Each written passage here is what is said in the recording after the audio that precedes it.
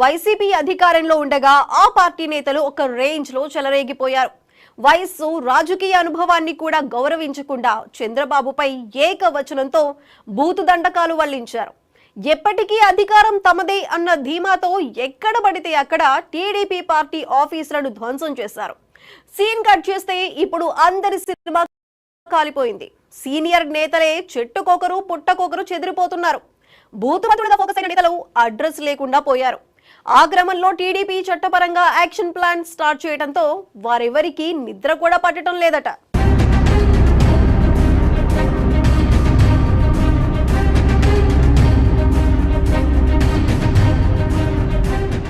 అప్పులు చేసి నవరత్నాలు పంచిన జగన్ ఎంతమందికి లబ్ధి చేకూరుస్తున్నామో అంతర్గత సమావేశాల్లో నేతలకు వివరించేవారట. ఆ ఓట్లు పడితే చాలు మరో 30 ఏళ్లు అధికారంలోకి ఉండేది మనమే అని నమ్మకంగా లెక్కలు చూపించేవారట. దాంతో జగన్ ట్రాన్స్ లోకి వెళ్లిపోయిన వైసీపీ లీడర్లు గత 5 ఏళ్లలో చేసిన ఓవర్ యాక్షన్ అంతా ఇంతా కాదు. ఆడిందే ఆట, పాడిందే పాట అన్నట్లు ఇష్టానుసారం వ్యవహరించారు.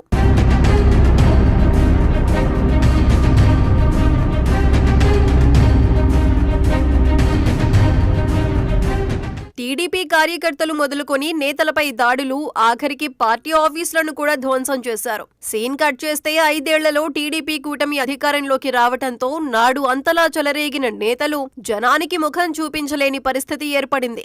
అధికారంలో ఉన్నప్పుడు వైసీపీ పెట్టిన అక్రమ కేసులపై ఏపీ సర్కార్ ఇప్పుడు ఫుల్ ఫోకస్ పెట్టింది. ఏ ఒక్క ఘటనను వదలకుండా పాత విషయాలన్నీ బయటికి తీసి మరీ యాక్షన్ ప్లాన్ స్టార్ట్ చేసింది.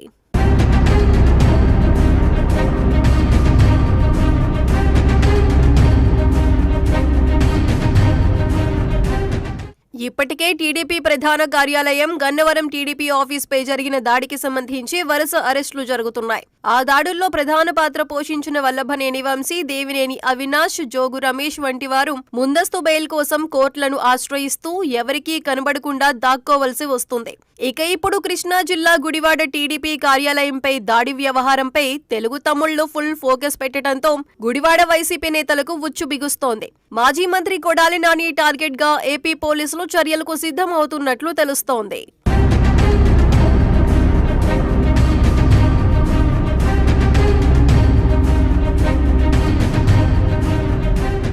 కూటమి అధికారంలోకి వచ్చిన తరువాత వైసీపీ హయాంలో టీడీపీ నేతలు, పార్టీ కార్యాలయాలపై వైసీపీ నేతల దాడులు, పెట్టిన కేసుల తాలూకు ఒక్కొక్కటి బయటకు తీస్తున్నాయి టీడీపీ శ్రేణులు. ఈ క్రమంలోనే గుడివాడ టీడీపీ ఆఫీస్పై దాడికి సంబంధించి వ్యవహారాన్ని వెలికి తీశారు. వైసీపీ అధికారంలో ఉండగా కొడాలి నాని, గుడివాడ గడ్డం బ్యాచ్ గా ఫోకస్ అయిన ఆయన అనుచరులు, స్థానిక నేతలు మాజీ ఎమ్మెల్యే రావి వెంకటేశ్వరరావును ఎంతగానో ఇబ్బంది పెట్టారు.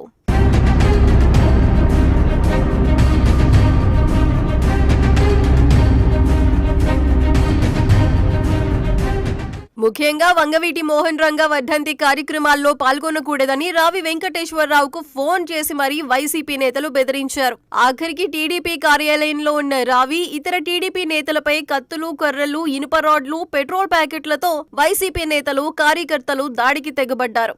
అయితే అంతా జరుగుతున్నా అప్పటి గుడివాడ సీఐ గోవిందరాజులు వైసీపీ కార్యకర్తల్లా వ్యవహరించి పూర్తిగా వైసీపీ నేతలకే కొమ్ము కాశారు.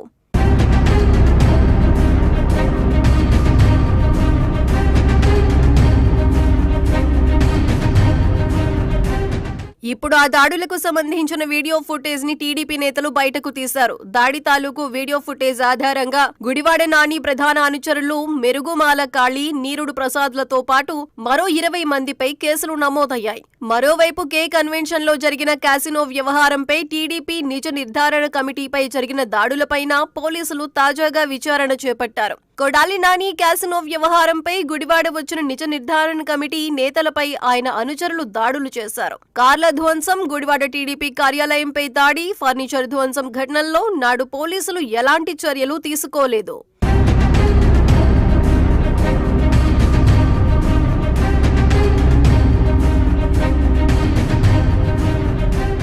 గుడివాడ గుడివాడ నాని బ్యాచ్ అధికారాన్ని అడ్డం పెట్టుకుని టీడీపీ నేతలపైనే పోలీసులు కేసులు పెట్టించింది. ఇప్పుడు ఈ ఘటనలో వైసీపీ సీనియర్ నేత దుక్కిపాటి భూషణ్, కొడాలి నాని అనుచరులపై కేసులు నమోదు చేయడానికి పోలీసులు సన్నాహాలు చేస్తున్నారు. మొత్తానికి చూస్తే కొడాలి నాని టార్గెట్ గా చర్యలకు ఏపీ పోలీసులు రంగం సిద్ధం చేస్తున్నారు. ఇప్పటికే నానిపై పలు కేసులు నమోదై ఉన్నాయి. తాజా కేసులతో కొడాలి నాని ఊచలు లెక్కబెట్టడం ఖాయమంటున్నారు.